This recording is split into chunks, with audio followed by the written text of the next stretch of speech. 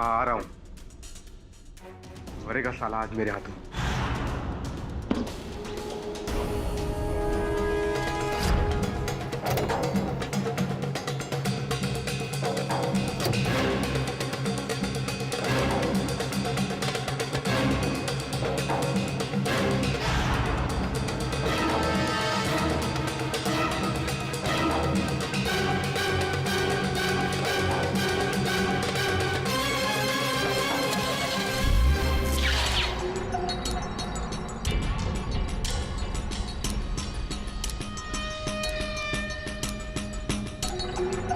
कितनी देर लगा दिया आने में?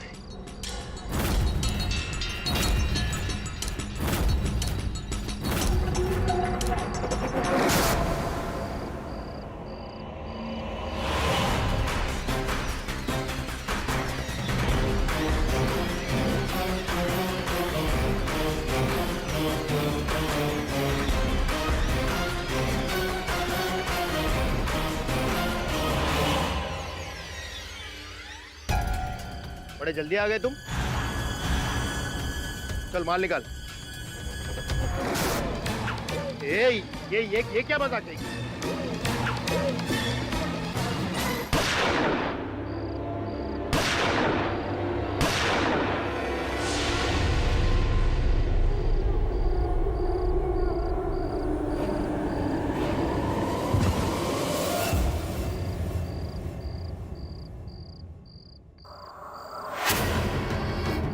भैया भैया भैया क्या हो गया भैया?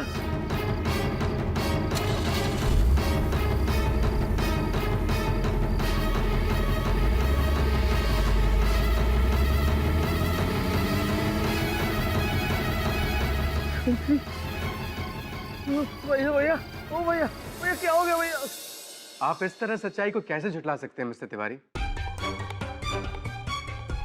यहाँ इस रिकॉर्ड में जिन जिन विक्टिम्स के नाम दर्ज हैं, मैंने उन सबसे बात की है और उनका कहना है कि उनको एक पैसा कमीशन नहीं मिला। तो क्या मैं झूठ बोल रहा हूँ?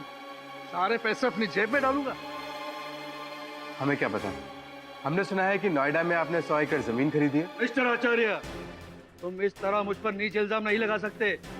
आप इतना गुस्सा क्यों हो रहे हैं मिस्टर तिवारी? मैं तो सिर्फ आपसे सवाल पूछ रहा हूँ और आप हमारी जनता को इतने जवाबदेही तो हैं। गलत सवाल है तुम्हारा। मुझ जैसे व्यस्त मंत्री को अपने चैनल में बुलाकर उसका अपमान करना तुम्हें बहुत भारी पड़ेगा मिस्टर आचार्य। यही है वो कमीना मिस्टर पाठक जिसने मेरे हस्बैंड को फंसाया है। Please mister Tiwari, behave yourself. आप कैमरा के सामने हैं, पूरी जनता आपको देख रही है। सौरभ ने आज तक किसी को थप्पड़ भी नहीं मारा, तो वो किसी का खून कैसे कर सकते हैं?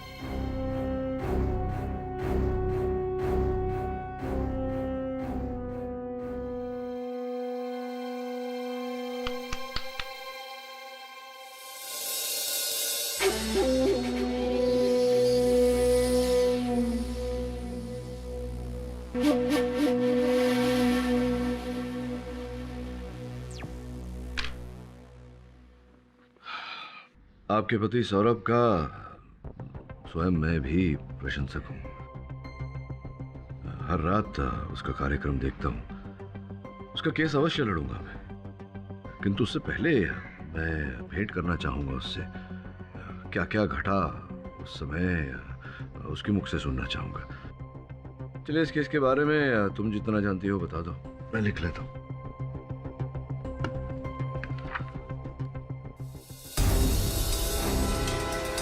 कलम कहाँ चली गई मेरी? यही तो रखी थी। चलिए, पेन चली सही। बताइए। हाँ, मैं बताती हूँ आपको सब। मिस्टर पाठक, मैं राजेश चक्रधर से सिर्फ वहां मिलने गया था, पर जैसे ही मैंने अपनी गाड़ी पार्क करी और मैं उसके पास पहुंचा, वो मर चुका था।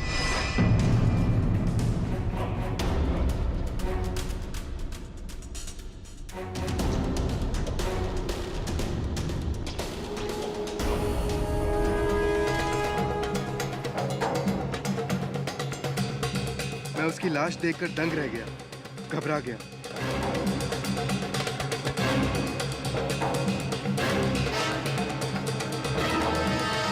और फिर वहां से अपनी गाड़ी में घर चला गया।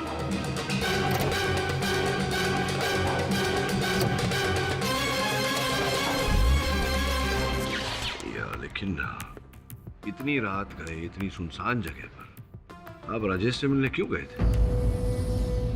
मुझे नहीं पता मुझसे ऐसी गलती क्यों हो जाती है। अगर किसी को पता चला ना सौरभ तो मैं मर जाऊंगी। क्या है ना मिस्टर पाठक, हमारे प्रोफेशन में ऐसा होता ही है। न्यूज़ इकट्ठी करने के लिए हमें खबरियों से मिलने जाना पड़ता है। और राजेश मुझे कोई इम्पोर्टेंट खबर देने वाला था, लेकिन उसके पास पहुंचने से पहले ही उसकी मौत हो चुकी थी। पता नहीं उसे किसने मारा। यार समझ में नहीं आ रहा है, इतने सीधे साधे केस के लिए मुझे क्यों बुलाया? मैंने असिस्टेंट भी लड़ सकता था। खैर अभी आ गया हूं तो 10 मिनट के अंदर केस खत्म कर दूंगा। It's a simple case your honour. 29 जून की रात सौरभ आचार्य ने राजेश चक्रधर, आरोपी सौरभ आचार्य ने राजेश चक्रधर को गोराई बीच के पास एक सुनसान रास्ते में किसी बहाने से बुलाया और उनकी हत्या कर दी। हत्या करने के बाद जब सौरभ आचार्य अपनी गाड़ी में जा रहे थे तब राजेश चक्रधर के भाई अशोक चक्रधर ने इनको जाते हुए देख लिया, गाड़ी को देख लिया और नंबर नोट कर लिया अपनी हथेली में। जी हाँ सर, MH048973 यही उस कार का नंबर है सर। सफेद कलर की कार थी सर। और जब पुलिस को सौरभ आचार्य की गाड़ी जो थी वहां पे पार्क मिली इनके घर के पास, तो उनके ग्लव बॉक्स में से एक गन भी मिली योर ऑनर। ये वो यही गन है योर ऑनर। और बैलिस्टिक रिपोर्ट से साफ साबित होता है, जो आपकी मेज पे पड़ी है, कि राजेश चक्रधर के शरीर से जो 3 गोलियां पाई गई है वो इसी गन से चलाई गई है। और फॉरेंसिक रिपोर्ट का ये कहना है कि इस गन पे जो उंगलियों के निशान है वो सौरभ आचार्य के है। 5 मिनट के अंदर अंदर इतने सारे सबूत मैंने पेश कर दिए हैं तो कोई बेवकूफ भी समझ जाएगा कि खूनी कौन है। यही तो प्रॉब्लम है योर ऑनर, कि बेवकूफों की सोच नहीं होती, समझ नहीं होती है, इसीलिए उन्हें बेवकूफ कहा जाता है। अब बेवकूफ ने ये नहीं सोचा कि राजेश चक्रधर जो एक खबरी था, जिनसे खबर प्राप्त करने सौरभ वहां गए थे, सौरभ उनकी हत्या क्यों करेंगे? एक मिनट ये गुप्त बात आपको कैसे पता चली? I mean, आपको किसने कह दिया कि राजेश चक्रधर एक खबरी था? मैं केस लड़ रहा हूँ, मेरा मुवक्किल है। नहीं, to the best of my knowledge, मैं भी प्रोसिक्यूटर हूँ, to the best of my knowledge Rajesh Chakradhar एक डिपार्टमेंटल स्टोर में फुल टाइम नौकरी करता था। और मैं यूं ही नहीं कह रहा हूँ, साबित भी कर सकता हूँ। और उसके लिए योर ऑनर मैं मीरा, जो उसी डिपार्टमेंट स्टोर में काम करती है, उसको यहाँ पे बुलाकर साबित कर दूँ। Permission granted.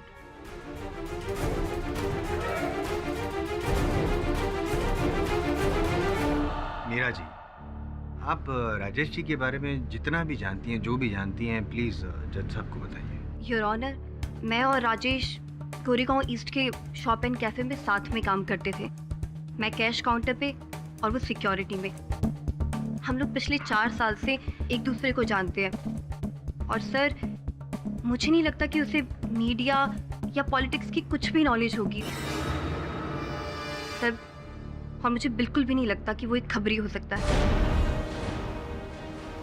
मुझे लगता है कि ये झूठ बोल रहे हैं। नहीं मीरा जी, देखिए क्या होता है कि खबरी का जो काम होता है वो छिपकर किया जाता है। शायद आप ये नहीं जानती, हो सकता है कि वो खबरी रहे हो, आपको इस बात का ज्ञान ना रहा हो। सर, इन सब के बारे में मुझे कुछ नहीं पता है। जहाँ तक मुझे पता है वो एक खबरी नहीं थे। जहां तक इन्हें पता है वो खबरी नहीं थे। जहां से इन्हें नहीं पता, क्या आपको वहां से कुछ पता है जो आप अदालत में साबित कर सकते? करूंगा ना। करिए। चाहने को कह दीजिए। आप जाइए।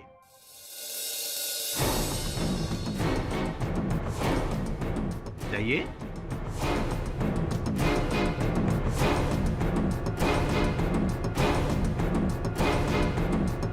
मीरा, आप अपनी जगह पर बैठ जाइए प्लीज।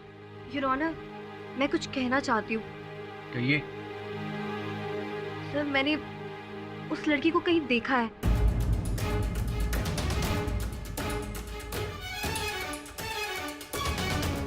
आप वही है ना जो पिछले हफ्ते हमारे स्टोर में आई थी ना, और मेंबरशिप फॉर्म भी फिल किया था आपने? नहीं तो मीरा जी, इसमें विशेष बात क्या है?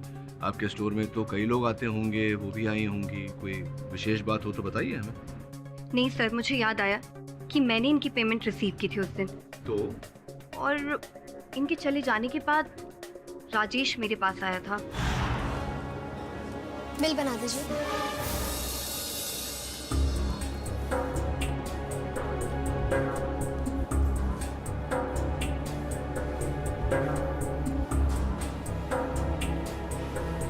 कैश पेमेंट और कार्ड पेमेंट? कार्ड। ओके।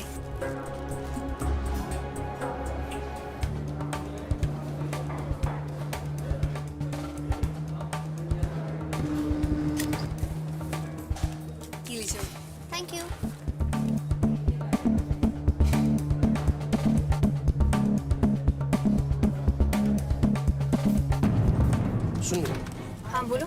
वो जो भी मरून ड्रेस में लेडी शॉपिंग करके गई ना, उसने कार्ड पेमेंट किया या कैश पेमेंट किया? कार्ड से क्यों? कुछ नहीं, उसने मेंबरशिप फॉर्म भरा है? हाँ। देना जरा मुझे।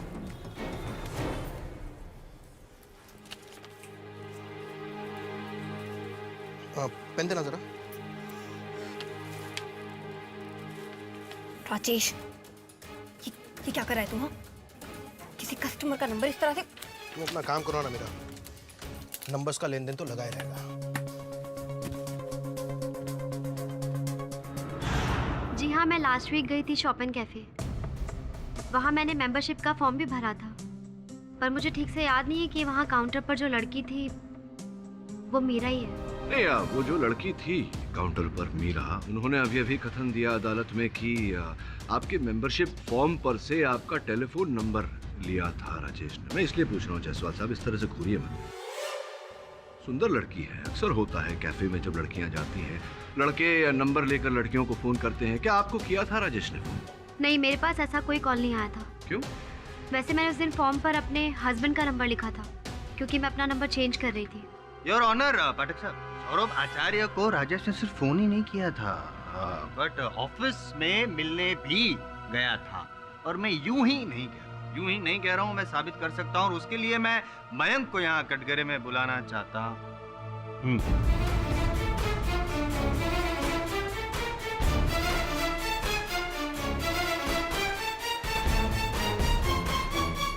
मयंक जी, बताइए कि आपने राजेश को ऑफिस में कब देखा? वही जिस दिन सौरभ ने सदानंद तिवारी का इंटरव्यू लिया था, उसी की जस्ट बात। वेल डन सौरभ, क्या खिंचाई की तुमने मिनिस्टर की। Guts, thank you. तो तुम लोगों को आज पता लगा? आज तक ये कितने लोगों की पोल खोल चुका है। Thank you boss. Guys, Saurabh मेरी चैनल का महाराणा प्रताप है, एकदम निडर और हमेशा सतर्क। और उनकी गिदड़ गप्पियों से घबराना नहीं तुम। हाँ, I'm with you। Thank you boss. Please. Saurabh sir, आपसे कोई राजेश चक्रधर मिलने आया है। हाँ, मेरी उनसे फोन पे बात हुई थी, उन्हें मेरे केबिन में भेज दो। ठीक है सर।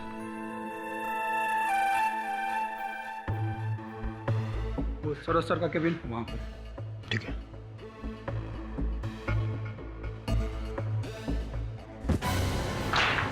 सॉरी, माफ कीजिएगा।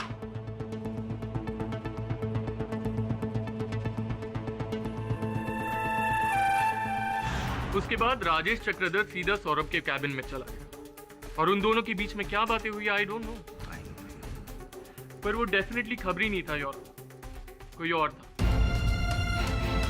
उतना तो मैं 100% कह सकता हूँ।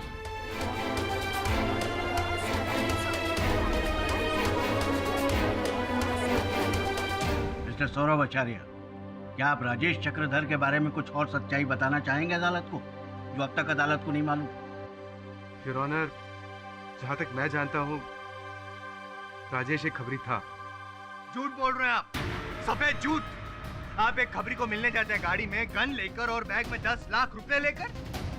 ऐसी कौन सी खबर देने वाला था, और ऐसी कौन सी खबर नहीं दी उसने जिसके बदले में आपको गुस्सा आया और आपने उसकी जान ले ली? Objection your honour. Your honour, सबसे इम्पोर्टेंट बात यह है कि जब पुलिस गई थी इनके घर पे तलाशी लेने के लिए तो एक बैग मिला था। अटक साहब, ये बैग, और यही बैग है जिसमें 10 लाख रुपए थे। योर ऑनर, 10 लाख रुपए। जानते हैं जायसवाल साहब की इसमें एक आश्चर्यजनक बात है। रखिए इसे। योर ऑनर, इन नोटों के सीरियल नंबर की जांच के बाद पता चला है कि इनमें से 7 लाख रुपए सौरभ के अकाउंट चार्टर्ड बैंक से निकाले गए, लेकिन बाकी के 3 लाख रुपए मिस रूपल पटेल की बैंक अकाउंट से निकाले गए। मैं जानना चाहूंगा उन्हें यहाँ बुलाकर कि उनके बैंक अकाउंट से निकाले गए 3 लाख रुपए सौरभ की बैंक में कैसे आए।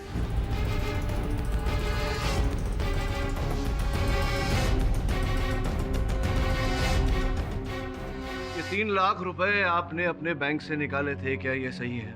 जी सर। ये बताइए कि आपके बैंक से निकले हुए रुपए सौरभ जी के पास कैसे पहुंचे और क्यों पहुंचे? एक्चुअली सौरभ ने मुझसे ये पैसे उधार लिए थे, और सेम डे 29 जून को।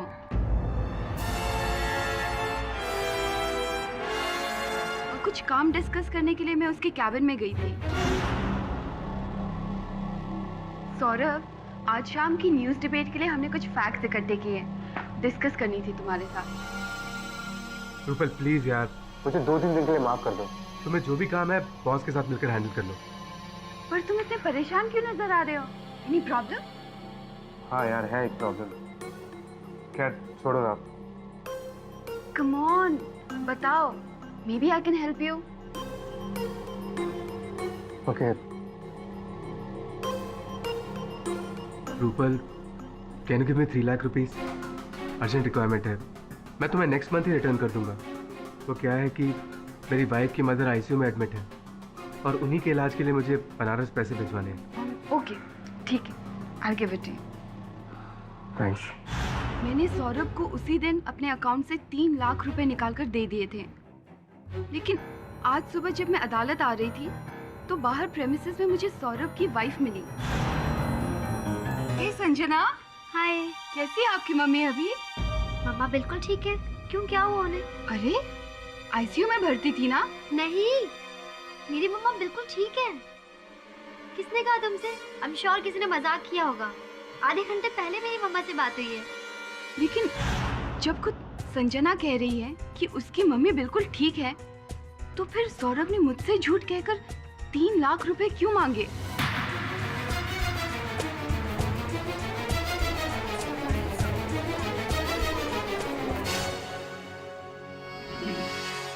पाठक साहब, चिंता हो रही है आपकी।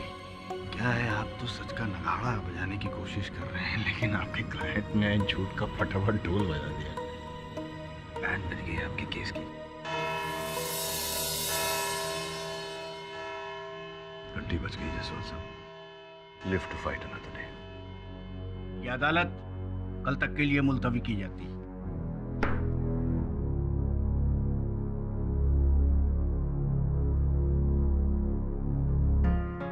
क्या कर रहे थे?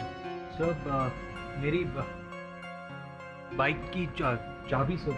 कमाल है, कभी पेन गुम हो जाती है, कभी बाइक की चाबी। पता नहीं कहाँ गायब हो गई। पाठक जी, जी। आपका चेक। अरे नहीं, इसकी क्या जरूरत थी? केस तो अभी भी। फर्स्ट ईयरिंग की फीस। Thank you.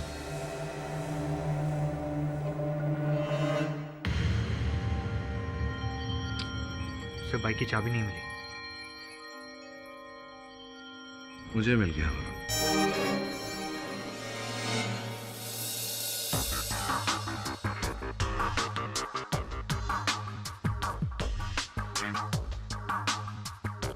क्या वो सर, संजना जी ने कम पैसों का चेक बनाया? नहीं, पैसे तो ठीक दिए हैं, साथ ही साथ एक संकेत भी दिया है।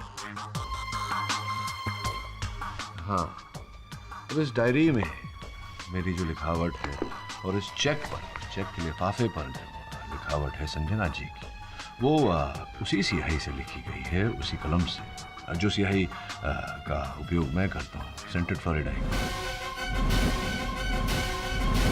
सर, और आपका पेन तो ऑफिस से गायब हो गया था। हाँ, इसका मतलब ये होता है कि वो कलम संजना जी ने गायब की थी।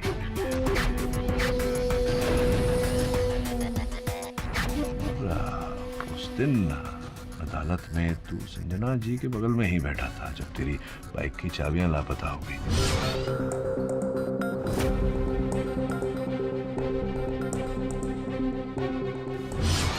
हाँ सर, मेरे बगल में बैठी। इसका मतलब एक काम कर, इसके पीछे चक्कर क्या है ये पता लगाने के लिए तुझे संजना के घर जाना पड़ेगा एक बार। मुझे लगता है कहीं ना कहीं ये सौरभ की झूठ से जुड़ा हुआ है। मैं खुद हैरान हूँ, मुझे नहीं पता राजेश ने मीरा से मेरा नंबर क्यों लिया। क्या काम होगा उसे मुझसे? और मुझे नहीं लगता कि राजेश ने सौरभ को कोई कॉल किया है, क्योंकि अगर ऐसा कोई फ़ोन उनके पास आया होता तो वो मुझे ज़रूर बताते, पर सौरभ ने मुझसे ऐसा कोई जिक्र नहीं किया। मैं कह रही हूँ ना, ये सारी प्लानिंग उस मिनिस्टर की है। आप बिल्कुल टेंशन मत लीजिए, सच जो भी है बहुत जल्दी सामने आ जाएगा। अब संजना जी, आपके घर में शक्कर और चाय पत्ती तो होगी? Of course. If you don't mind, क्या मुझे चाय मिल सकती है? श्योर।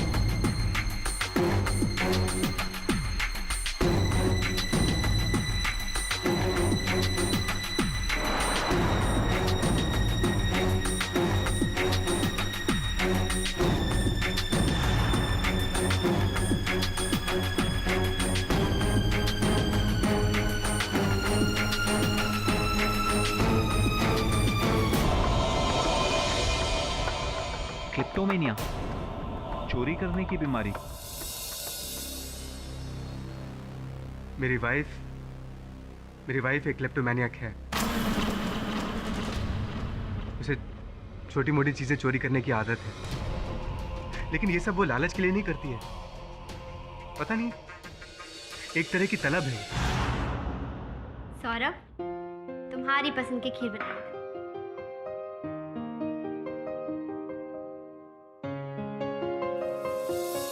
ये चम्मच, ऐसा चम्मच तो हमारे घर नहीं है ना।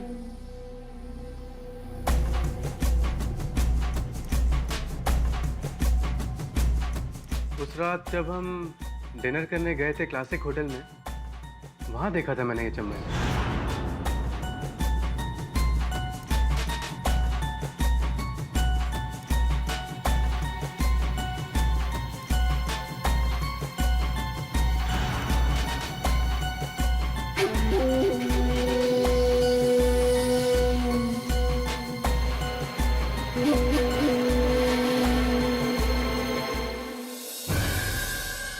नहीं सौरभ, वो पड़ोस में जो है ना, मैं चेंज कर देती हूँ। तुमने ये चम्मच चुराया ना संजना? क्या बेट संजना, कब तुम अपनी आदतों से बाज आओगी? कब जाएगी तुम्हारी ये चोरी करने की बीमारी यार? Sorry, really sorry. मुझे भी नहीं पता मैं ऐसा कैसे कर बैठती हूँ। जानती हूँ ये गलत है, चोरी है, पता नहीं मेरे हाथ क्यों। तुम्हें पता है, तुम्हारी इस आदत की वजह से ना। सॉरी सौरभ, मुझे नहीं पता मुझसे ऐसी गलती क्यों हो जाती है। 1 साल से मैं साइकियाट्रिस्ट के पास जा रही हूँ, कोई फायदा नहीं हो रहा। मैं जानती हूँ तुम मेरी वजह से कितनी बार एम्बैरेस हो चुके हो। शायद कोई और होता तो मुझे छोड़ चुका होता अब तक। अगर किसी को पता चला ना सौरभ, तो मैं मर जाऊंगी। मैं मर जाऊंगी, मैं शर्म के मारे मर जाऊंगी। मैं नहीं जी पाऊंगी, मर जाऊंगी। ऐसा क्यों बोल रहे हो संजना? आप जस्ट रिलैक्स, सब ठीक हो जाएगा। किसी को कुछ पता नहीं चलेगा, ओके? किसी को कुछ पता नहीं चलेगा। मैं हूं ना, रिलैक्स। मैंने संजना से वादा किया था कि उसकी कड़वी सच्चाई मैं दुनिया के सामने कभी नहीं आने दूंगा, उसे कभी शर्मिंदा नहीं होने दूंगा। और इसीलिए मैंने अदालत में और आपसे झूठ कहा। नहीं, वो तो ठीक है, लेकिन इसका राजेश की हत्या के केस के साथ क्या लेना देना है, ये नहीं समझ रहा हूँ। जी मैं आपको बताऊंगा मिस्टर पाठक, लेकिन मैं आपसे हाथ जोड़ के प्रार्थना करता हूँ, आप मेरी बीवी की चोरी करने की आदत के बारे में किसी को मत बताइएगा, प्लीज मिस्टर पाठक। पहले सच बताओ, मुझे अपना काम करने दो। अब बोलो, सत्य क्या है? डॉक्टर प्लीज मेरी हेल्प कर लीजिए। मेरे पास इसके अलावा कोई और चारा नहीं है। मैं जानती हूँ कि ये गलत है, मगर आप समझने की कोशिश कीजिए। मेरे पास और कोई रास्ता भी तो नहीं है। मैं कहाँ भटकती फिरूंगी? Please doctor. देखिए, हमारी क्लिनिक में ये सब नहीं होता है और मैं आपकी कोई मदद नहीं कर सकती हूँ।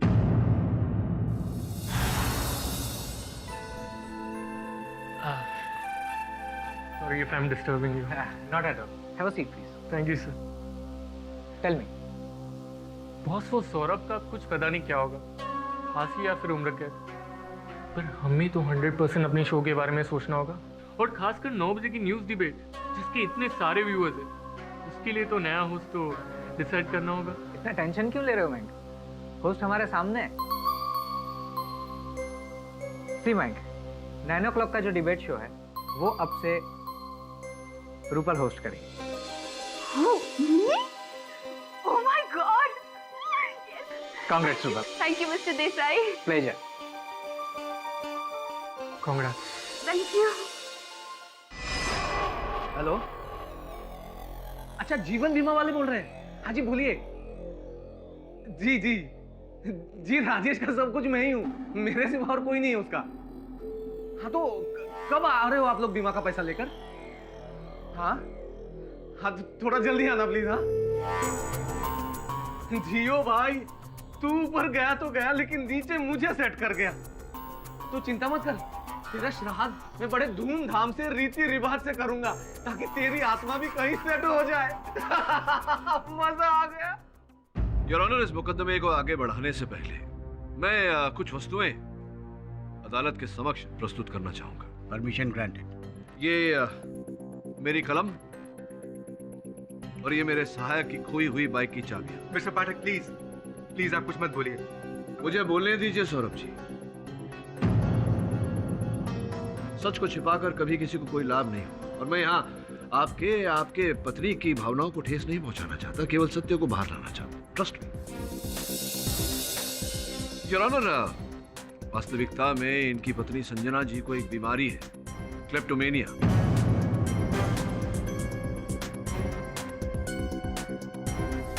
उन्हें वस्तुएं चुराना तो नहीं कह सकते योर ऑनर, उठाने की बीमारी है अपना समझकर।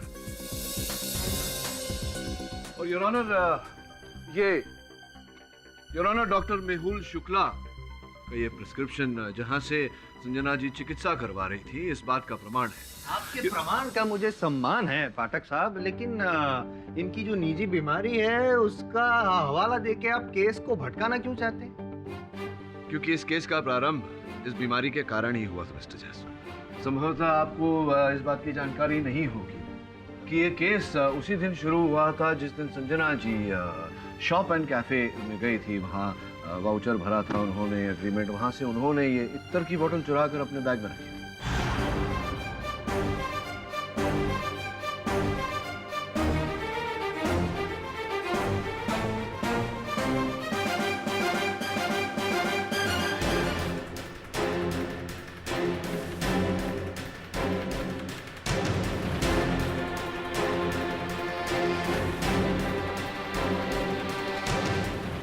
और संजना जी की ये चोरी राजेश चक्रधर ने पकड़ ली, जो उस समय सुरक्षा कक्ष में ड्यूटी पर था।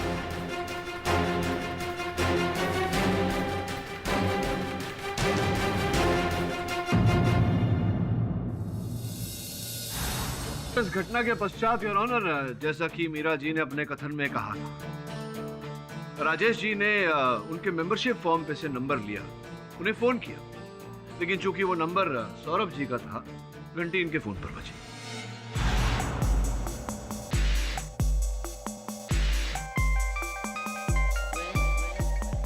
हेलो, कैसे है सर जी आप? मिलना था आपसे। कौन है तुम? क्या काम है? काम तो आपका है सर, मेरा नहीं है। मेरा काम? अरे एक बार सर आप मिल तो लो, कुछ इंटरेस्टिंग चीज दिखानी आपको। अरे सर ज्यादा सोचिए मत, अगर मुझसे नहीं मिलेंगे ना तो बहुत पछताओगे। बस ये समझो सर, लाइव स्टिंग ऑपरेशन। जल्दी बताइए कहाँ मिलूं? Meet me in the office. इसके बाद राजेश सौरभ से मिलने इनके ऑफिस पहुंचा। बाय गॉड, बहुत बड़ा फैन हूँ आपका मैं, रोज टीवी पे देखता हूँ। क्या बोलते हैं आप, बड़ा मजा आता है सर। बोलो, क्या स्टिंग ऑपरेशन दिखाना चाहते हो? लेकिन एक बात का याद रखना, अक्सर हमारे पास लोग नकली टेप्स लेकर आ जाते हैं पैसे कमाने के चक्कर में, सो बी केयरफुल। नकली कुछ नहीं है, सब कुछ असली है, लेकिन बैठकर दिखाऊंगा तो बड़ा अच्छा लगेगा। Have a seat. आपके लैपटॉप में सीडी चलता है? जी हाँ। ये जरा चलाइए। लेकिन क्या है इसमें? अरे सर सब कुछ बता दूंगा तो देखने में क्या मजा आएगा, आप खुद ही देख लीजिए। Live sting operation.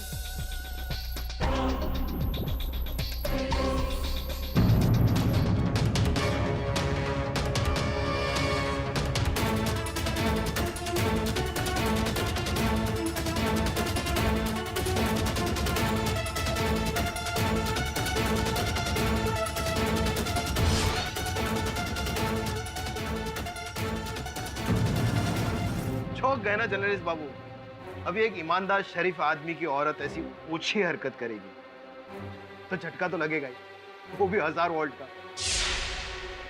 अरे खैर छोड़िए, इन सब चीजों से मुझे क्या लेना देना, आपसे ज्यादा नहीं लूंगा, क्योंकि आप एक होनहार रिपोर्टर है।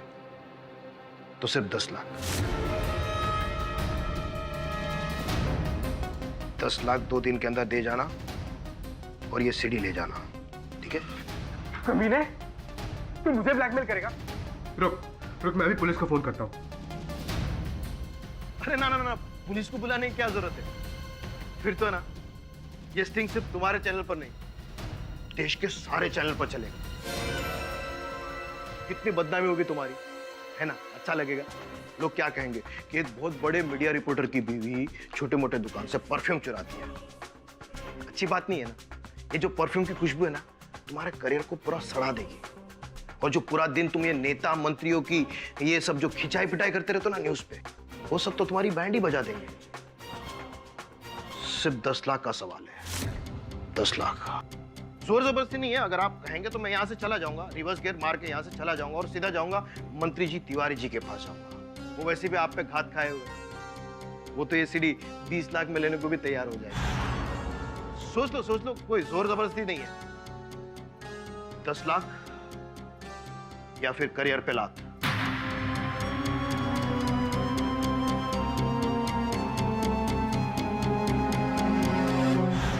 योर ऑनर, सौरभ जी को अपने व्यवसाय से अधिक अपनी पत्नी की चिंता थी, इसीलिए राजेश जी के ब्लैकमेलिंग के आगे इन्होंने अपने घुटने टेक दिए और 10 लाख रुपए देने को राजी हो गए। पैसे जोड़ने में इन्हें 3 लाख रुपए कम पड़ रहे थे, जो रकम इन्होंने रूपल जी से उधार ली।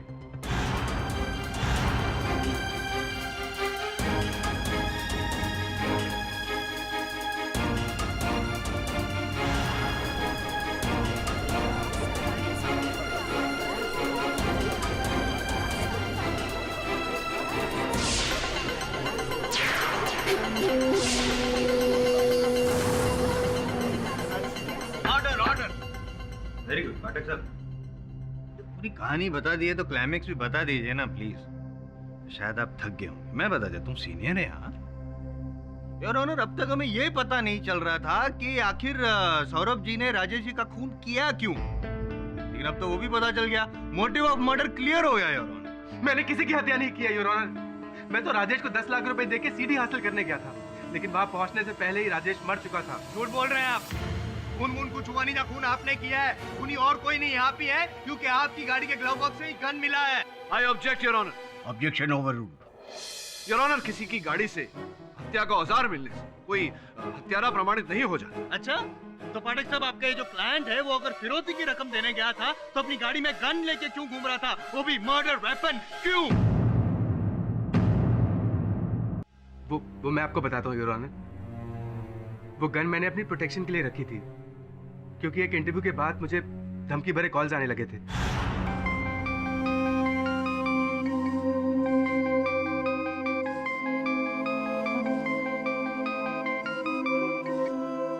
हेलो सौरभ आचार्य, तूने तिवारी भैया जी से पंगा लेके अच्छा नहीं किया है, और चर्बी चढ़ गई है ना तुझे। कौन बोल रहा है? वो जानकर तू क्या करेगा? बस इतना जान ले, तूने जो भैया जी को अपमानित किया है उसकी कीमत चुकानी होगी तुझे, वो भी सूद समेत तुझसे बदला लेंगे। अरे मेरी बात तो सुनो। और सिर्फ एक बार नहीं, 2-3 बार मुझे वो धमकी भरे कॉल्स आए। नॉर्मली मैं इन कॉल से घबराता नहीं हूँ, लेकिन जब मेरी बॉस से मेरी बात हुई तो क्या करूं मिस्टर देसाई? चूड़िया पहन के घर में बैठ जाऊं? ऐसा मैंने कहा सौरभ, लेकिन तुम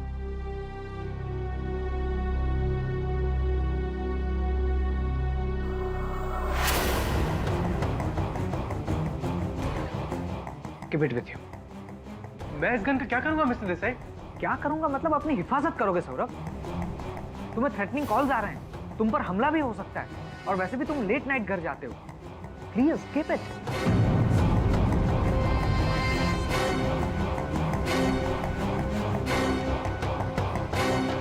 थैंक्स।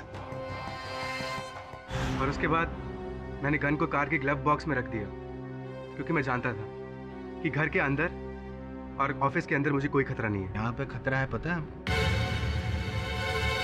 क्या आपने मतलब गन राजेश से जब मिलने गए तब गन आपने डैशबोर्ड यानी कि ग्लव बॉक्स में रखी थी, सही? जी। और उसके बाद आप गाड़ी से उतरकर चल के गए राजेश से मिलने के लिए। तो मेरे हाथ में गन नहीं थी, सिर्फ बैग मेरे हाथ में था। गन नहीं थी, बैग ही था ना? जी। चलो मान लेते हैं ना, आपकी बात मान लेते, कोई बात नहीं। लेकिन आप जब निकले तब आप गाड़ी तो आपने लॉक की होगी, वो रिमोट कंट्रोल आता है ना, चींचू चींचू।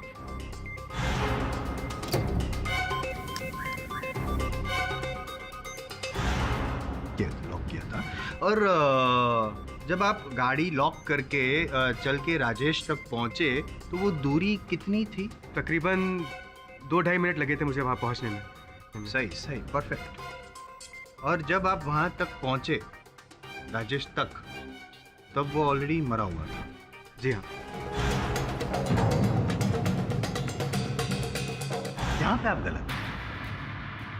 खूनी सिर्फ आप ही, आपके अलावा कोई खून कर ही नहीं सकता। योर ऑनर, लॉजिक वाली बात है कि अगर खूनी कोई और होता, जैसे कि ये कह रहे हैं, तो जब ये गाड़ी लॉक करके चल के जा रहे थे, राजेश तक पहुंच रहे थे, तो अगर खूनी कोई और होता तो वो खूनी इनके जाने के बाद गाड़ी तक पहुंचा होता, इनकी गाड़ी तक, शीशा या लॉक तोड़ा होता, ग्लव बॉक्स खोला होता, गन निकाली होती, और ये अगर राजेश तक पहुंचते उससे पहले खुद पहुंच गया होता, गोली चला दी होती, हत्या कर दी होती। लेकिन ऐसा हुआ नहीं था।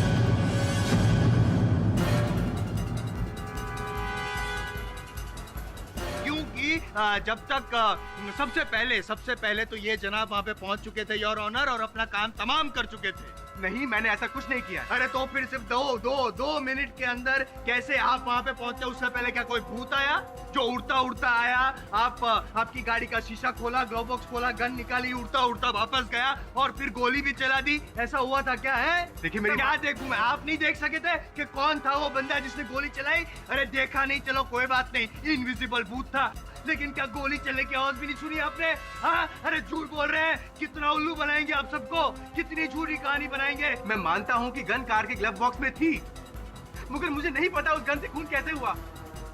मुझे कुछ समझ में नहीं आ रहा है, मुझे पता है वो खून कैसे हुआ। योर ऑनर, बहुत सिंपल सी बात है।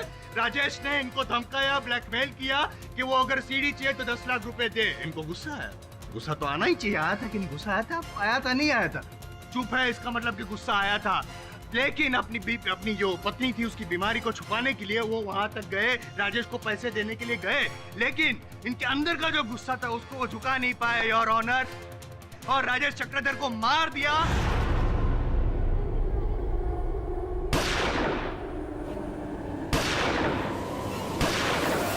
End of case. आप फैसला सुना दीजिए योर ऑनर।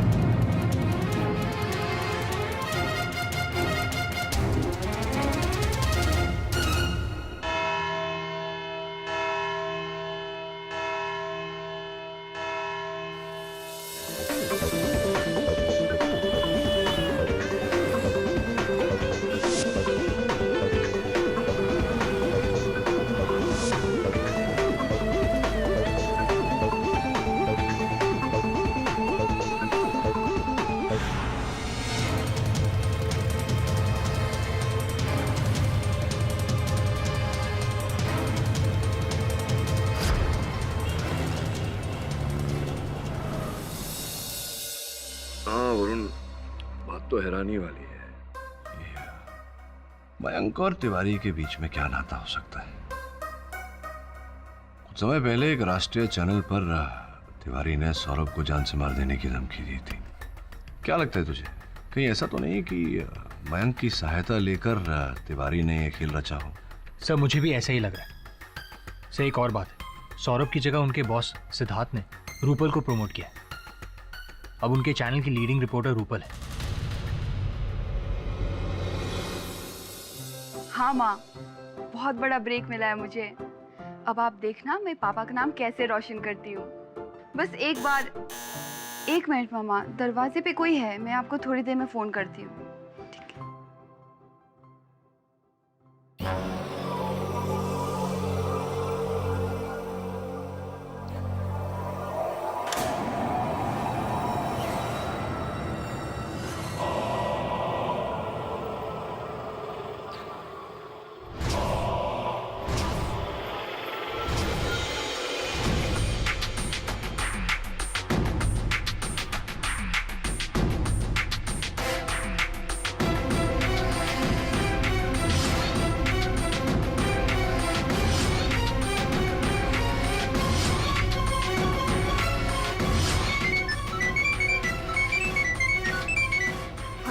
तोहफा मिला मेरा।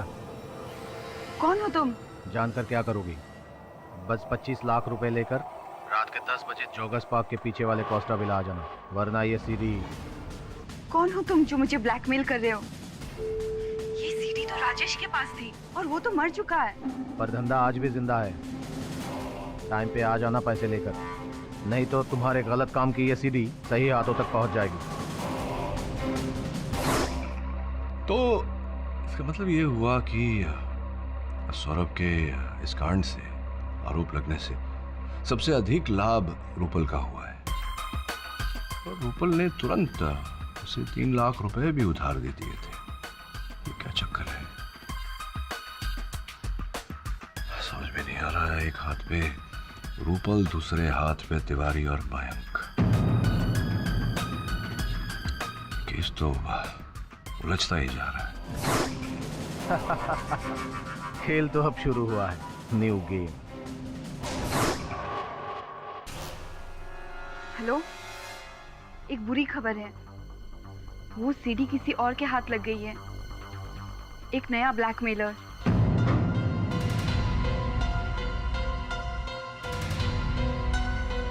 मिस्टर देसाई, मुझे आपसे कुछ अर्जेंट बात करनी है राइट नाउ।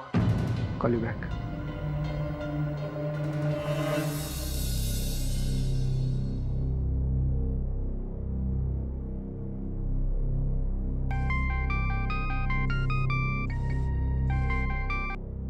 हेलो, कैसी हो मैडम?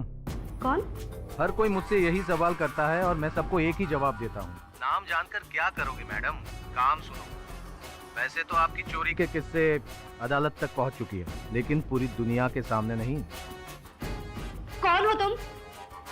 पूरी दुनिया देखेगी आपकी करतूत और आप बन जाओगी इंटरनेशनल चोरनी। नहीं, तुम ऐसा नहीं कर सकते। और वो वीडियो तो राजेश के पास था ना? राजेश तो मर चुका है, तो तुम कौन हो? फिर वही बेकार की बात। अरे कौन जिंदा है कौन मर गया ये इम्पोर्टेंट नहीं है मैडम। इम्पोर्टेंट ये है कि आज रात 15 लाख रुपए लेकर जोगस पार्क के पीछे वाले कोस्टा विला आ जाना, नहीं तो कल सुबह तक पूरी दुनिया के सामने आपकी चोरी के किस्से मशहूर हो जाएंगे।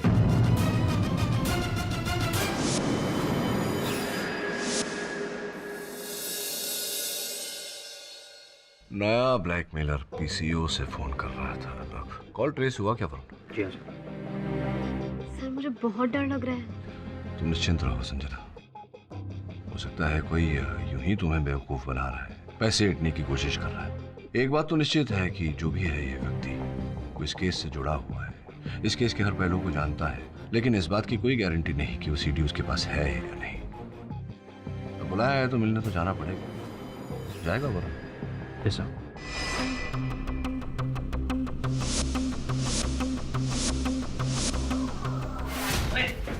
हिम्मत कैसे हुई इस घर पे कदम रखने की? मुझे पता नहीं ये घर अब मेरा है, मेरा। देख अशोक, मैं ना तेरी मुंह नहीं लगना चाहती हूँ। मेरा कुछ जरूरी सामान रखा है इस अलमारी में। ओए खबरदार, अशोक, मेरा सामान। खबरदार। तेरी सारे पैतरे समझ रहा हूँ मैं। राजेश के बैंक के पेपर मारने आई है ना तू, ताकि सब कुछ तू हथिया सके। सामान रखा है मेरा वहाँ पे। ए चुप, खबरदार अगर एक कदम भी आगे बढ़ाया, चल निकल निकल। और आज के बाद इस घर के आसपास नजर भी नहीं आना, नहीं तो टांग तोड़ के तेरे हाथ में दे दूंगा। चल।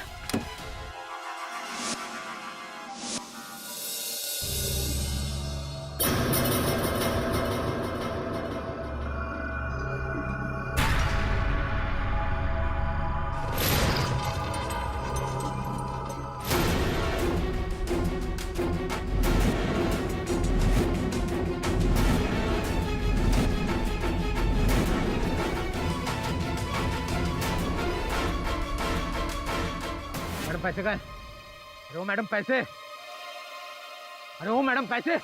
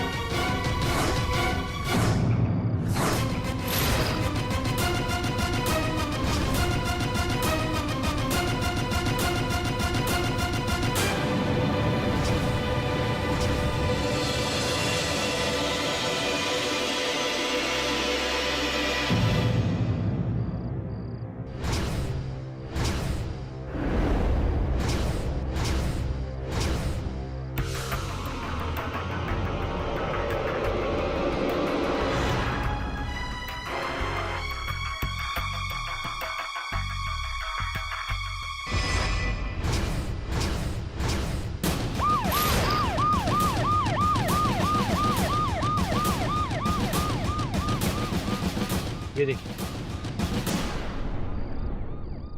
एक मर्डर केस सॉल्व हुआ है नहीं, दूसरी लाश गिर गई।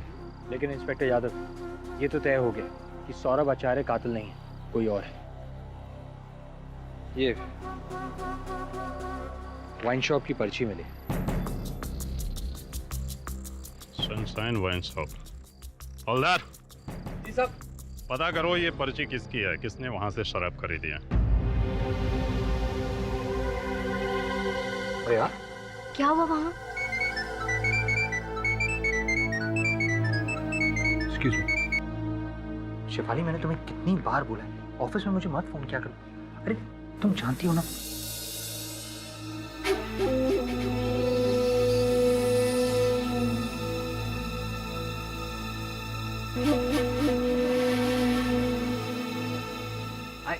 आई लव यू यार। बाय। आप अभी तक गई नहीं? जब तक मुझे ब्लैकमेलर का पता नहीं चलेगा मुझे नींद नहीं आएगी। वरुण, क्या हुआ वहाँ पर? वो वरुण, क्या सुन रहा हूँ? रूपल की हत्या हो गई? क्या? हाँ सर, मैं जब कौशबिला पहुंचा तो थैंक गॉड मैं घर नहीं गई। उस ब्लैकमेलर ने उसे मारा होगा। देखिए संजना जी, आप निश्चिंत रहिए। किसने किसको मारा ये तो तहकीकात के बाद ही पता चलेगा। आप जाइए, घर जाइए, और अगर आपको किसी ब्लैकमेलर का या कोई धमकी भरा फोन आता है तो मुझे सूचित कीजिए। जाइए।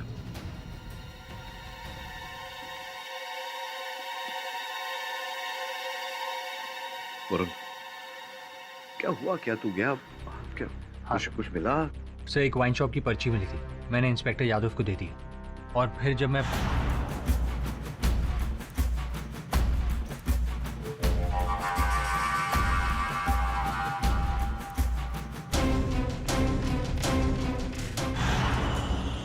सब, मुझे तो लगता है कि रूपल का मर्डर करके कातिल या फिर ब्लैकमेलर जो भी था, वो मौकाए वारदात से जब भाग रहा था तब उसके हाथ से या जेब से वो सीडी गिर गई होगी। कहाँ है वो सीडी? दे मुझे। सर, मेरे बैग में।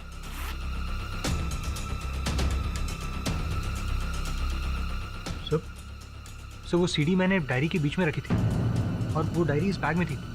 पता नहीं डायरी कहाँ गायब हो गई। डायरी गायब नहीं हुई है, डायरी गायब कर दी गई है, और गायब करने वाली अभी अभी कुछ समय पहले वहीं बैठी थी जहाँ तू बैठा है। Kleptomania.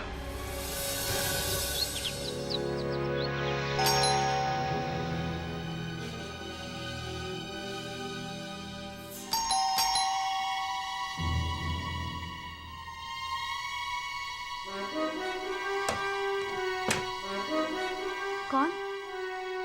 Good morning Sanjana ji. Sorry, सुबह सुबह आपको डिस्टर्ब कर रहा हूँ। एक्चुअली देखिए, बुरा मत मानिए, कल रात आप केडी सर के ऑफिस आई थी। कहीं गलती से आप मेरी डायरी नहीं, आई मीन अनजाने में, उसी देखिए उस डायरी में ना एक बहुत इंपॉर्टेंट सीडी है। नहीं, मिस्टर पाठक के ऑफिस से मैंने कोई डायरी नहीं ली। Trust me. ओके।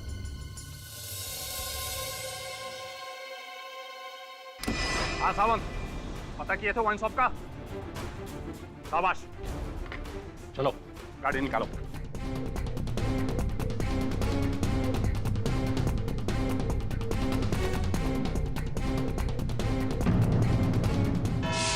नहीं सर, माँ कसम, मैं हत्यारा नहीं हूँ। इतना कबूल करता हूँ कि मैं रूपल जी को ब्लैकमेल कर रहा था। हाँ भाई, ब्लैकमेल कर रहे थे, हत्या आपने की, यही सब तो किया आपने। राजेश के साथ पहले से आप उसके धंधे में जुड़े हुए थे। जी नहीं पाठक जी, मैं तो दरअसल राजेश से मिलने जब मैं गोराई बीच पर पहुंचा तो वो मरा हुआ था,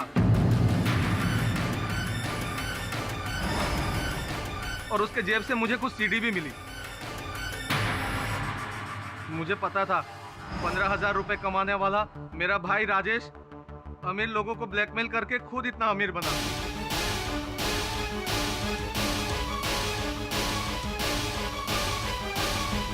मेरे अंदर भी थोड़ी लालच आ गई साहब। जैसा मैंने किसी का खून नहीं किया, और रूपल जी से मिलने जब मैं तय वक्त पर पहुंचा तो वो मरी पड़ी थी साहब। आप ही के साथ ऐसा क्यों होता है कि जब आप पहुंचते तो लाश वहां पहले से पड़ी होती है? मतलब नहीं हो रहा कुछ मुझे। और राजेश जी के मृत्यु के बाद तो उनकी पूरी धन संपत्ति, मकान इत्यादि सबके मालिक आप ही बन बैठे हैं। तो ये है आपकी हत्या का मकसद। आपने सोचा रोज अपने भाई से 200-400 रुपए क्या मांगने, एक ही बार में सफाया करके पूरी धन संपत्ति प्राप्त कर। क्यों? जी नहीं सर, सर मैंने अमीर बनने का सपना जरूर देखा था, पर मेरे भाई को मारकर नहीं। सर राजेश की जिस संपत्ति के बारे में आप बात कर रहे हैं, उस पर मुझसे ज्यादा किसी और की नजर थी। अच्छा, किसी और की? रियली? किसकी किसकी बताइए। कल रात को भी जबरदस्ती घर में घुसकर अपना हक जताने आई थी। वो सामने बैठी है मेरी भाई की प्रेमिका। कौन? मीरा?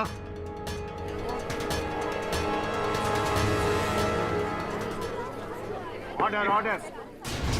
योर ऑनर, राजेश के घर में अपना कुछ सामान वापस लेने गई थी। कैसा कैसा सामान?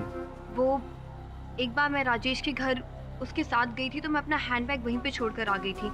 कल मैं उसके घर के सामने से गुजर रही थी तो मैंने सोचा कि अपना हैंडबैग वापस लेकर के आ जाती हूँ।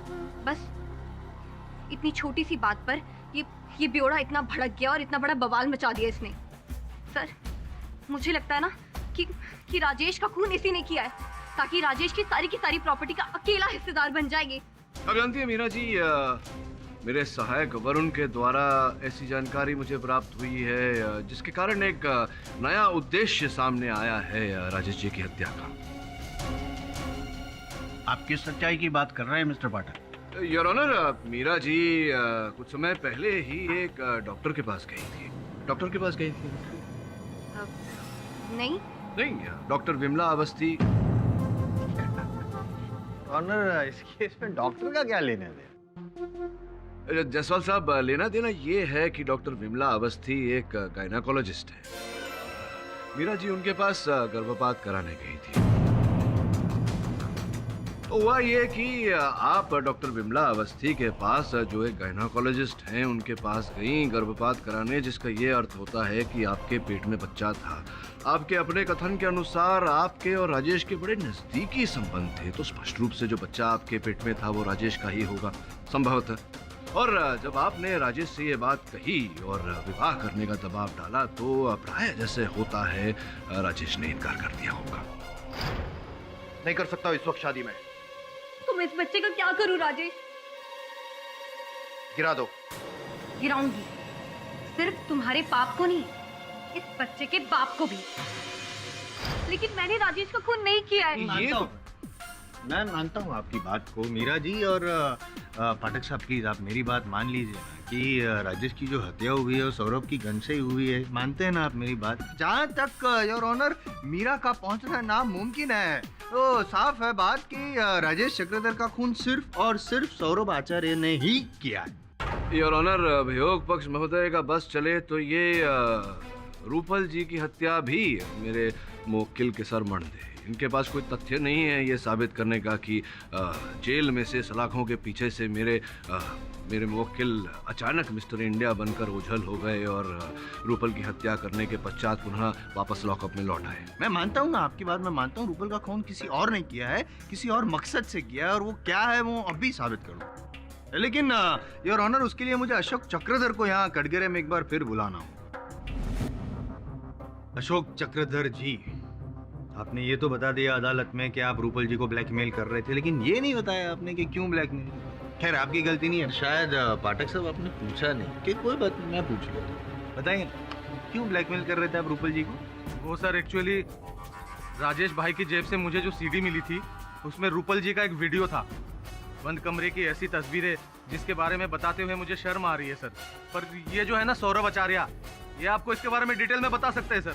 क्यों? वो क्यों बता सकते हैं? क्योंकि उस सीडी में रूपल जी के साथ कोई और नहीं बल्कि यही थे। क्या क्या नाम इल्जाम लगा रहे हो तुम मुझ पर? मैं और रूपल के साथ, वो भी बंद कमरे में? अब सर मैंने वीडियो में जो देखा सर वही बोल रहा हूँ, एकदम एडल्ट सीन।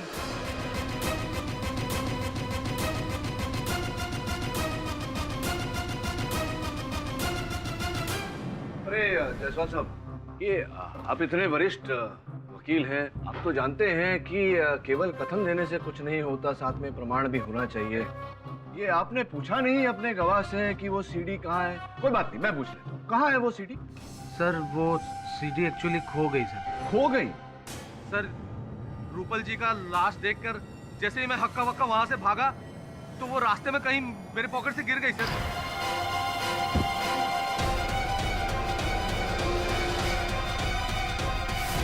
योर ऑनर, इनके जेब से वो सीडी गिर गई। अब जब तक वो सीडी मिल नहीं जाती, इस बात का प्रमाण नहीं मिल जाता कि ये जो कह रहे हैं वो सच है, तब तक इनकी बात को सच नहीं माना जा सकता। अशोक झूठ क्यों बोलेगा पाठक साहब? कोई कारण नहीं है इल्जाम लगाने का सौरभ आचार्य पे, योर ऑनर। पर ये जो बातचीत हो रही है उसमें असली कारण जो है खून का वो सामने आ गया, असली मकसद, द मोटिव ऑफ मर्डर। अब तक तो हमको ऐसा लगता था कि राजेश चक्रधर ने इनकी पत्नी को चोरी करते हुए देख लिया था वो परफ्यूम की बोतल स्टोर से, इसलिए ब्लैकमेल कर रहे थे। लेकिन हकीकत वो नहीं है योर ऑनर। हकीकत तो ये है इनके जो नाजायज संबंध अफेयर चल रहा था रूपल के साथ, उसके बारे में राजेश चक्रधर को पता चल गया था, इसलिए वो ब्लैकमेल कर रहे थे। मोटी रकम मांगी होगी, 10 लाख शायद। गुस्सा आ रहा है अभी, देखो जैसा गुस्सा आ रहा है, उस वक्त और भी गुस्सा आया होगा और इस गुस्से की वजह से मौत की नींद सुला दी राजेश चक्रधर को। और योर ऑनर, जहाँ तक इनके जो संबंध थे रूपल जी का, उनके दोनों के नाजायज संबंध का सवाल है, तो मैं यूं ही नहीं कह रहा हूँ। जिस न्यूज चैनल में दोनों काम करते थे उस न्यूज चैनल के कुछ कलीग्स भी आए हुए हैं। और सबसे बड़ी बात, खबरदार न्यूज चैनल के ओनर सिद्धार्थ देसाई जी फिलहाल हमारे साथ मौजूद है और कोई गर्मा-गर्म खबर देना चाहते हैं, ब्रेकिंग न्यूज। योर ऑनर, अगर आपकी परमिशन हो तो यहाँ बुलाओ। Permission granted. Your honour, Saurabh और रूपल मेरी चैनल के बड़े ही होनहार रिपोर्टर थे, लेकिन अब काम के अलावा उनके बीच में क्या रिलेशन थे मुझे नहीं पता, ना तो कभी मैंने उसकी जासूसी की है। लेकिन जब भी सौरभ की कैबिन में जाओ, अधिकतर वहाँ पर रूपल भी होती थी।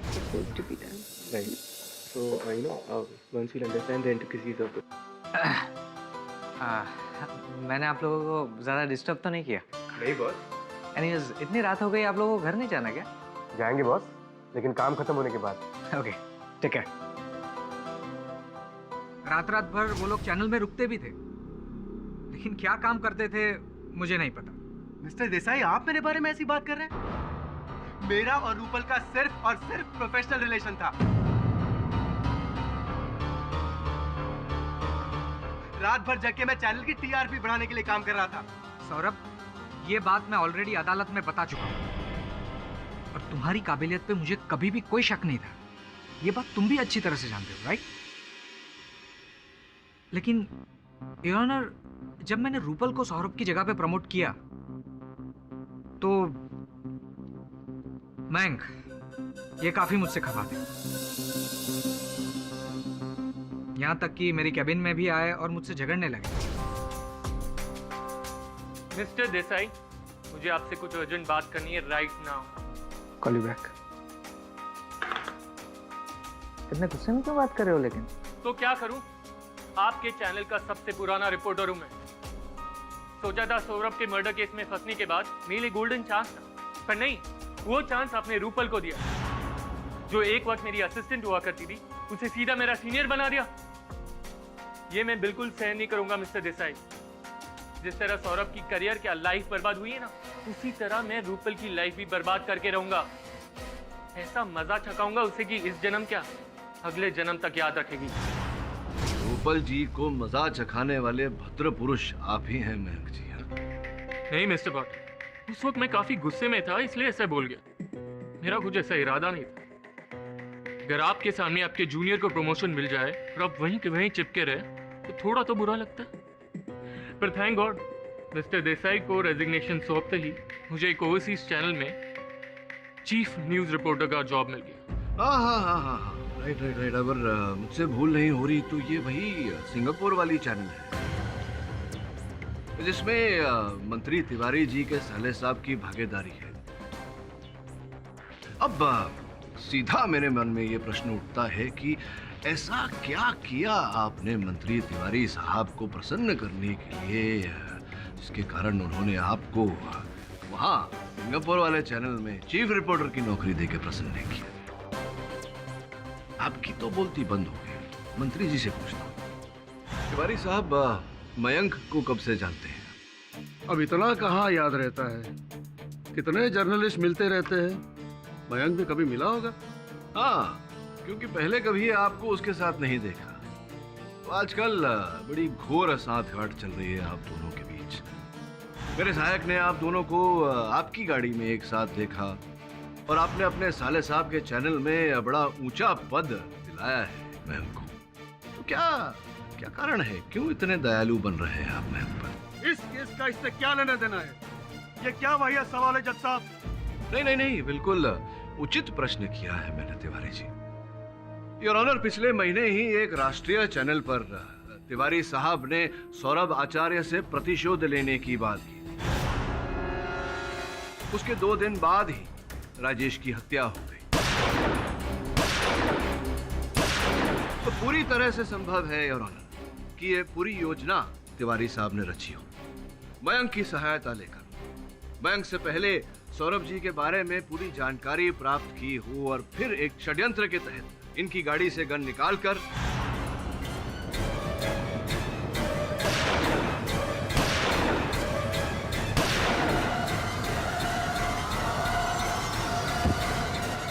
ये क्या बकवास है पाठक जी?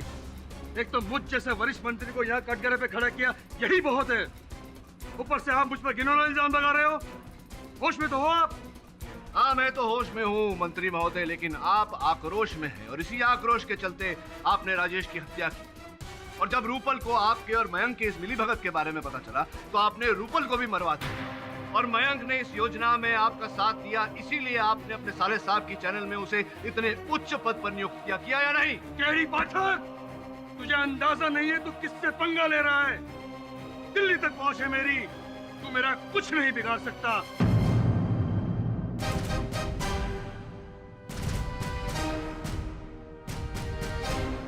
ये जो मुझ पर इल्जाम लगा रहा है ना, तुझे तेरी औकात दिखा कर ही रहूंगा मैं।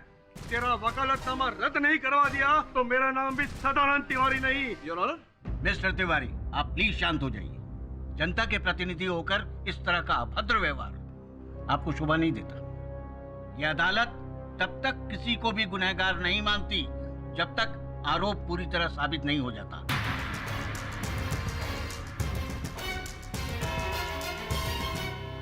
यह अदालत 2 दिनों के लिए मुलतवी की जाती है। The court is adjourned. 2 ही दिन बचे हैं और इन 2 दिनों में हमें बहुत कुछ पता लगाना है। वैसे इस समय मेरा संदेह सिमट कर 2 लोगों पर आ गया है, अशोक और तिवारी। सर, मयंक भी तो है। नहीं वरुण, मेरा अनुमान में मयंक केवल एक कठपुतली है जिसकी डोर तिवारी जी के हाथों में।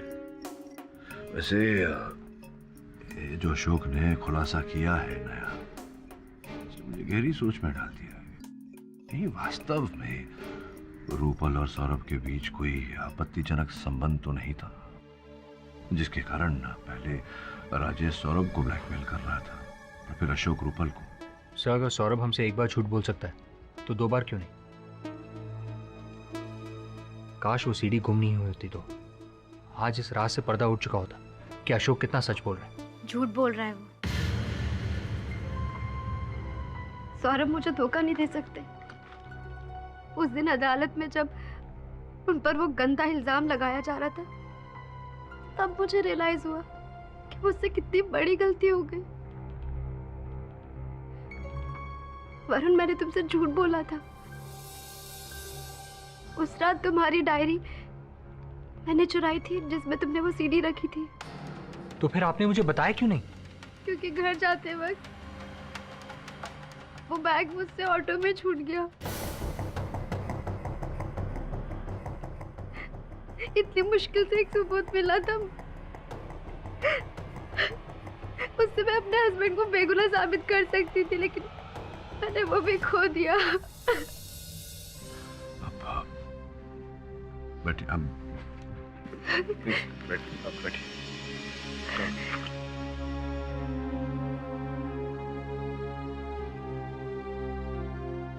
आज मेरी चोरी की आदत की वजह से मैंने एक अहम सबूत खो दिया। लानत है मुझे अपने आप पर।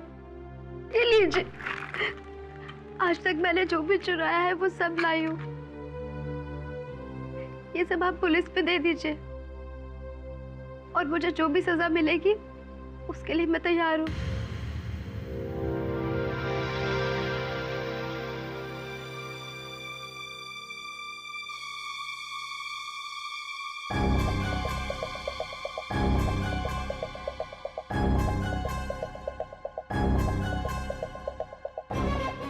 मुझे लग रहा है कि ये घड़ी मैंने रूपल के हाथ में देखी थी।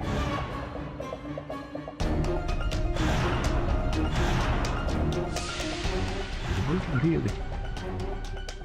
सेकंड हियरिंग के वक्त मैं रूपल के पास बैठी थी और मैंने उसके बैग से ये वॉच निकाल ली थी।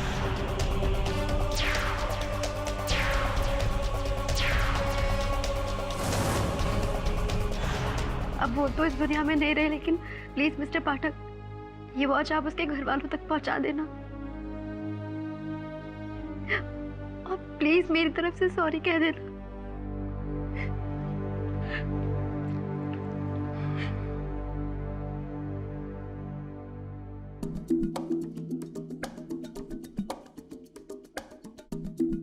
वरुण, इस घड़ी के पीछे एस लिखा हुआ है। अगर एस फॉर सौरभ है तब तो इस घड़ी के सीरियल नंबर से पता लगा कि ये कौन सी दुकान से बिकी थी और इसे किसने खरीदी थी। जी सर। नहीं मिस्टर पाठक, मैं और रूपल सिर्फ एक प्रोफेशनल कलीग थे। हाँ, लेकिन जब उसे मालूम पड़ा कि मैं खबरदार न्यूज़ चैनल छोड़कर एक नया न्यूज़ चैनल ज्वाइन करने वाला हूँ, तो वो मेरे साथ ज़्यादा टाइम स्पेंड करने लगी, क्योंकि वो मुझसे मीडिया की बारीकियाँ सीखना चाहती थी।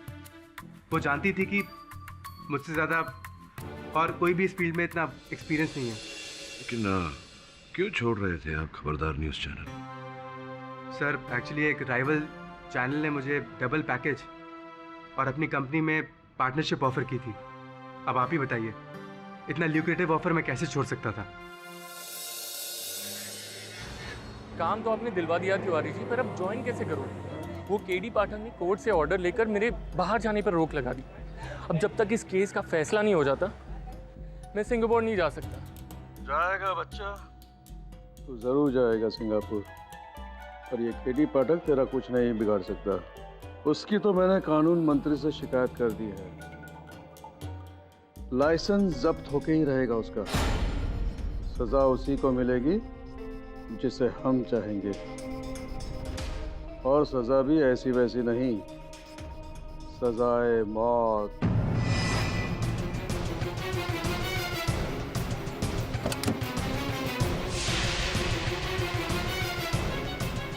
तुम देखो, मैं किसी को कुछ नहीं बताऊंगा। मानना नहीं, मैं किसी को कुछ नहीं बताऊंगा, प्लीज नहीं मानना।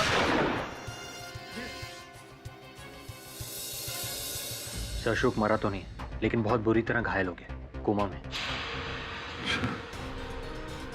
प्रश्न ये उठता है कि जानलेवा हमला किसने किया उसमें, और उससे भी महत्वपूर्ण क्यों किया? पुलिस क्या कहती है इस बारे में? पुलिस का कहना है कि उन्हें कोई सुराग नहीं मिला, लेकिन मैं आपके लिए बैलिस्टिक रिपोर्ट की कॉपी लेकर आया।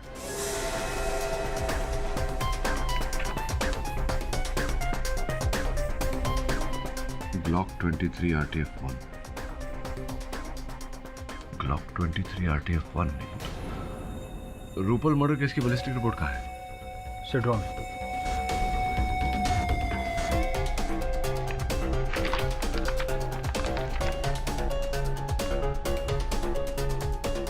Glock 23 RTF-1।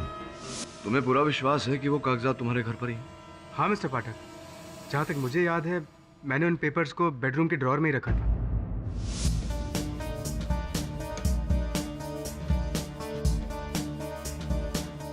Good job. जैसा कि मैंने सोचा था वैसा ही है। मैं इन कागजात को लेकर अदालत जाता हूँ तो अस्पताल चल, और जैसे ही अशोक को होश आ जाए मुझे फोन करना। जी सर।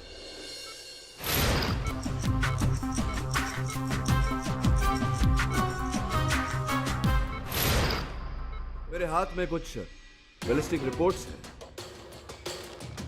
प्रथम रिपोर्ट उन गोलियों की है जिनके कारण रूपल की हत्या हुई। इस रिपोर्ट से स्पष्ट होता है कि वो गोलियां ग्लॉक 23 RTF-1 नामक बंदूक से चलाई गई थी। द्वितीय रिपोर्ट, योर ऑनर, उन गोलियों की है जिससे अशोक पर हमला किया गया। इस रिपोर्ट से स्पष्ट होता है कि वो गोलियां भी ग्लॉक 23 RTF-1 से चलाई गई। तृतीय रिपोर्ट, योर ऑनर, उन गोलियों की जिससे राजेश को मारा गया। फर्क केवल इतना है योर ऑनर कि वो बंदूक ग्लॉक 23 RTF-1 का नया प्रतिरूप है, ग्लॉक 23 RTF-2। पाठक साहब, क्या नॉलेज है आपके पास गन की? क्या बात करूं? बात करिए ना, क्यों नहीं, बात तो करिए? आप अभी फिलहाल उसकी बात मत कीजिए। क्या लगा रखा है? RTF, BTF, रेंज 1, रेंज 2, नया पुराना, क्या है योर ऑनर? Time waste. ये सब गन का नॉलेज यहाँ पे अदालत में देके क्या साबित करना चाहते हैं? क्या रिश्ता क्या है? ये रिश्ता आपको तब समझ में आता ना जब आप 10 मिनट प्रतीक्षा करते। लेकिन मैंने कहा ना आपसे, जरा समय दीजिए अपने कार्य को, तो हो सकता है सफलता प्राप्त हो। योर ऑनर, इसे और स्पष्ट करने के लिए और प्रमाणित करने के लिए मैं खबरदार न्यूज चैनल के कर्ता धर्ता सिद्धार्थ जी को कटघरे में बुलाने की अनुमति चाहता हूँ। अनुमति।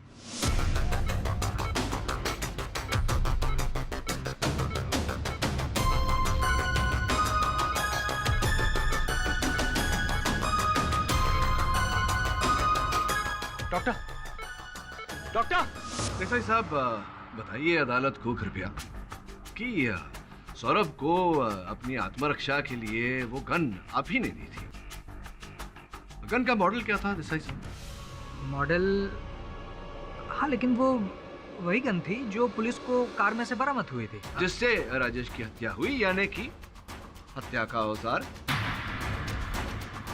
बैलिस्टिक रिपोर्ट के अनुसार ग्लॉक 23 RTF-2। राइट।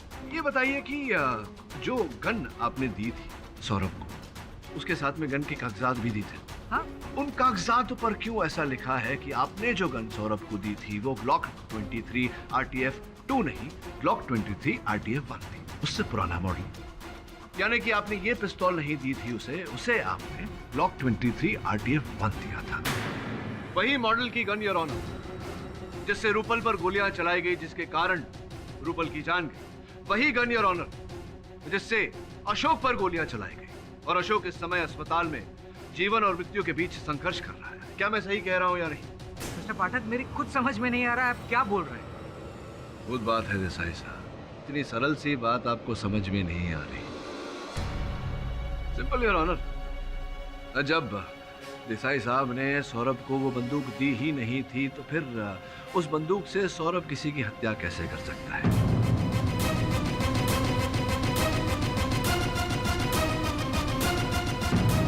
प्रश्न यहाँ ये उठता है कि उस बंदूक से हत्या किसने की और उस बंदूक को कब बदला गया? योर ऑनर, स्पष्ट है कि ग्लॉक 23 RTF-2 से, यानी कि इस बंदूक से, नए मॉडल से राजेश को मारा गया, और फिर वो बंदूक इनके गाड़ी में पड़ी हुई बंदूक से बदली गई। किसने बदली? देसाई साहब,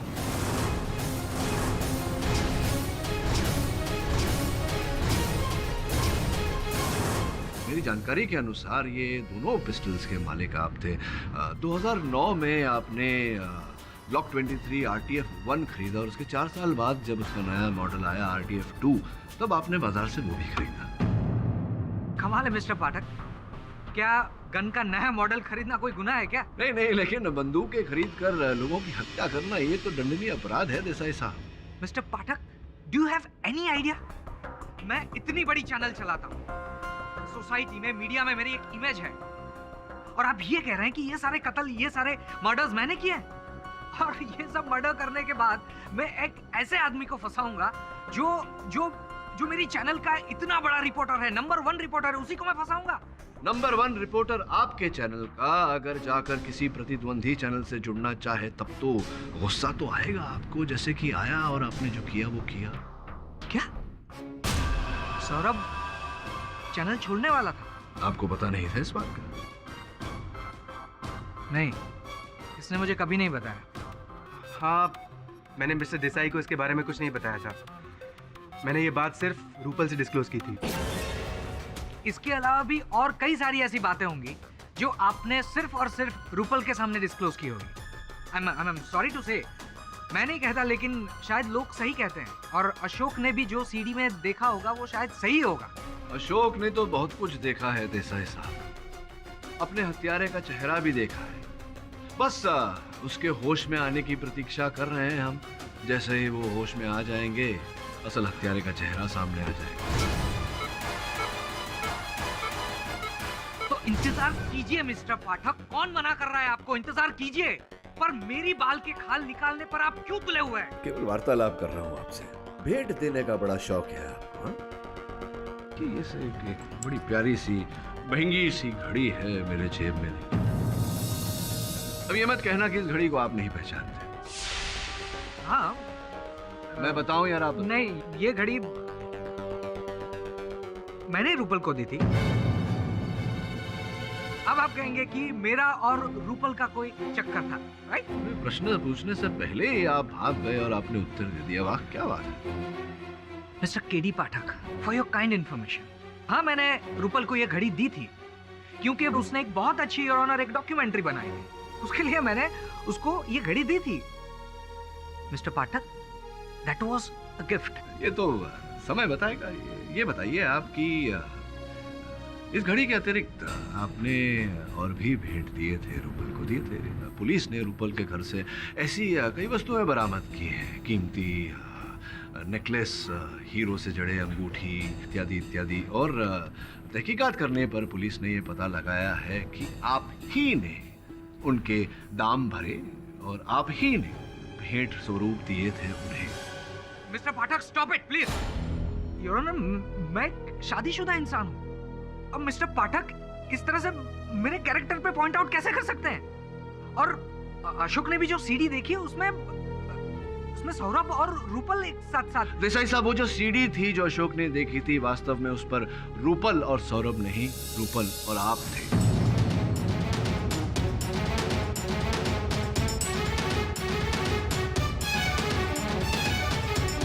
राजेश आपको ब्लैकमेल कर रहा था, आपसे लाखों रुपए ऐंठ रहा था।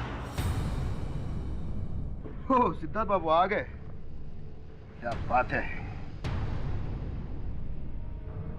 चल अब जल्दी से सीढ़ी निकाल। अरे नहीं सिद्धार्थ बाबू, इतनी जल्दी कैसे दे सकता हूँ? वो सीढ़ी तो मेरे लिए सोने के अंडे देने वाली मुर्गी है। लेकिन तू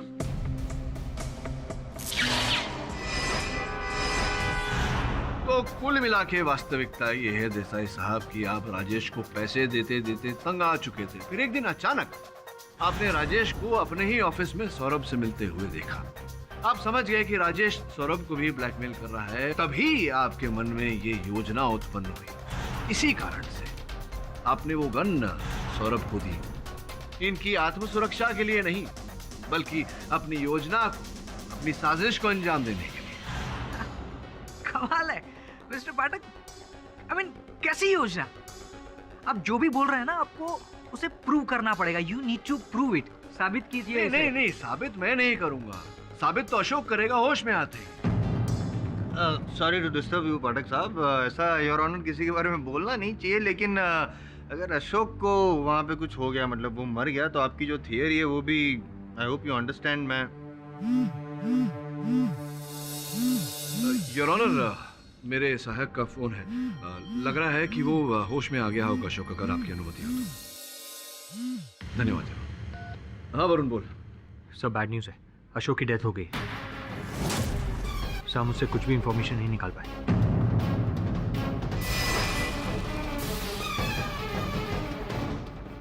अच्छा, क्या बात है? That's good news Varun. होश आ गया अशोक को?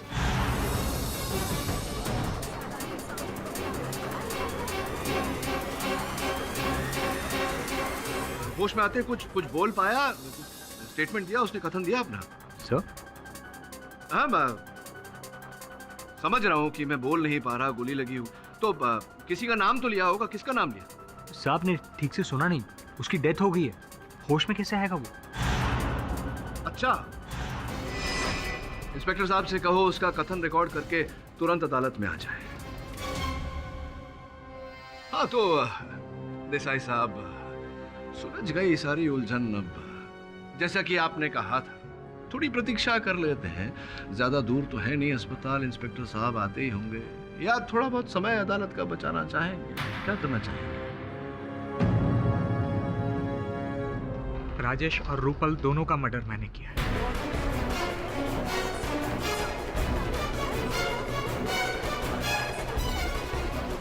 अशोक पर भी मैंने ही हमला किया और सौरभ को भी मैंने ही फंसाया। जब मुझे पता चला कि सौरभ राजेश से मिलने जाने वाला है, मुझे किसी भी कीमत पर वो सीढ़ी चाहिए।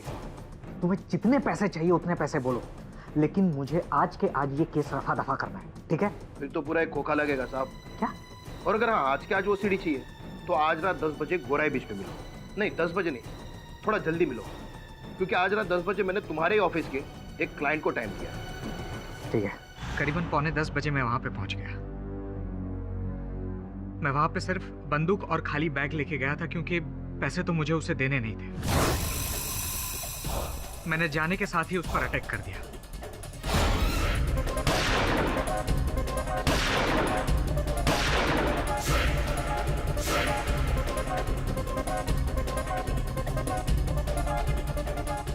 उसको मारने के बाद सीढ़ी ढूंढने के लिए मैंने उसकी जेब की तलाशी ली, लेकिन तभी मैंने एक गाड़ी की आवाज़ सुनी। मुझे पता लग गया कि ये गाड़ी शायद सौरभ की हो सकती है, इसीलिए जाके मैं झाड़ियों में छुप गया। और जैसे ही मौका मिला मैं सौरभ की गाड़ी के पास गया। मैंने सौरभ की गाड़ी खोली और गन एक्सचेंज कर लिया।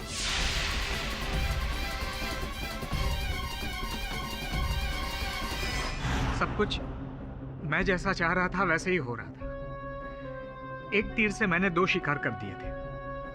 जो आदमी मुझे ब्लैकमेल कर रहा था मैंने उसको भी मार डाला था, और सौरभ, हालांकि सौरभ ने मुझे बताया नहीं था कि वो चैनल छोड़ के जाने वाला है, लेकिन मुझे पता लग गया था, इसलिए मैंने उसे भी फंसा दिया। सब कुछ मेरे प्लान के हिसाब से हो रहा था जज साहब, लेकिन तभी उस रूपल का फोन आया। एक बुरी खबर है, वो सीडी किसी और के हाथ लग गई है, एक नया ब्लैकमेलर। रूपल को मैंने बहुत समझाया। अशोक ने जहाँ पर हमें बुलाया था मैं वहाँ पे रूपल को लेके गया। नया ब्लैकमेलर है अभी, लेकिन मुझे किसी से कोई सीक्रेट्स नहीं छुपानी। मतलब हमारे अफेयर के बारे में तुम्हारी बीवी का क्या रिएक्शन होगा, उसे मुझे कोई लेना देना नहीं है।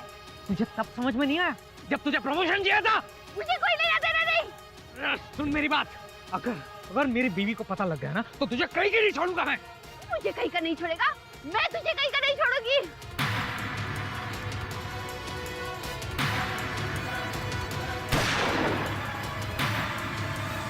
रूपल का मर्डर करने के बाद मैं वहां से भाग सकता था, लेकिन मैं भागा नहीं, क्योंकि मैं जानना चाहता था कि वो ब्लैकमेलर है कौन। और तभी नकाब पहन के वहां पे अशोक आया। रूपल की लाश देख के वो भागने लगा। अशोक तू? मैंने कोई खून नहीं किया, तू ही रूपल को ब्लैकमेल कर रहा था ना? हाँ? बोल, सीढ़ी किधर है? सीढ़ी कहाँ है? सीढ़ी थी लेकिन लगता है गिर गई। मैं और अशोक सीढ़ी ढूंढने लगे कि तभी वहां पे वरुण आ गया। इसलिए मैं और अशोक बिना सीढ़ी लिए ही वहां से भाग गए। मैंने उसे 3 लाख रुपए दिए सीढ़ी का राज छुपाने के लिए, और ऊपर से और 5 लाख रुपए दिए सौरभ के बारे में झूठी गवाही देने के लिए। देसाई साहब, आपको अशोक को मारने की जरूरत क्यों पड़ी? क्योंकि इतने पैसे देने के बावजूद भी वो मेरा राज खोलना चाहता था। मेरे पास और कोई ऑप्शन नहीं था, इसीलिए मैंने तय किया कि मैं इसका भी खून कर दूंगा।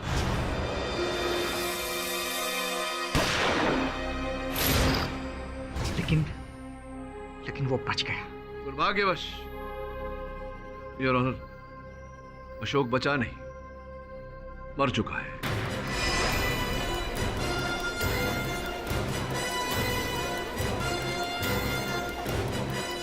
आपने एक नहीं 3 खून किए हैं देसाई साहब। अभी तो आपने कहा कि वो मरा नहीं, बच गया है, और उसका स्टेटमेंट। देसाई साहब, कभी कभी सीधी उंगली से घी ना निकले, थोड़ी टेढ़ी कर लेनी चाहिए। Defence rest your.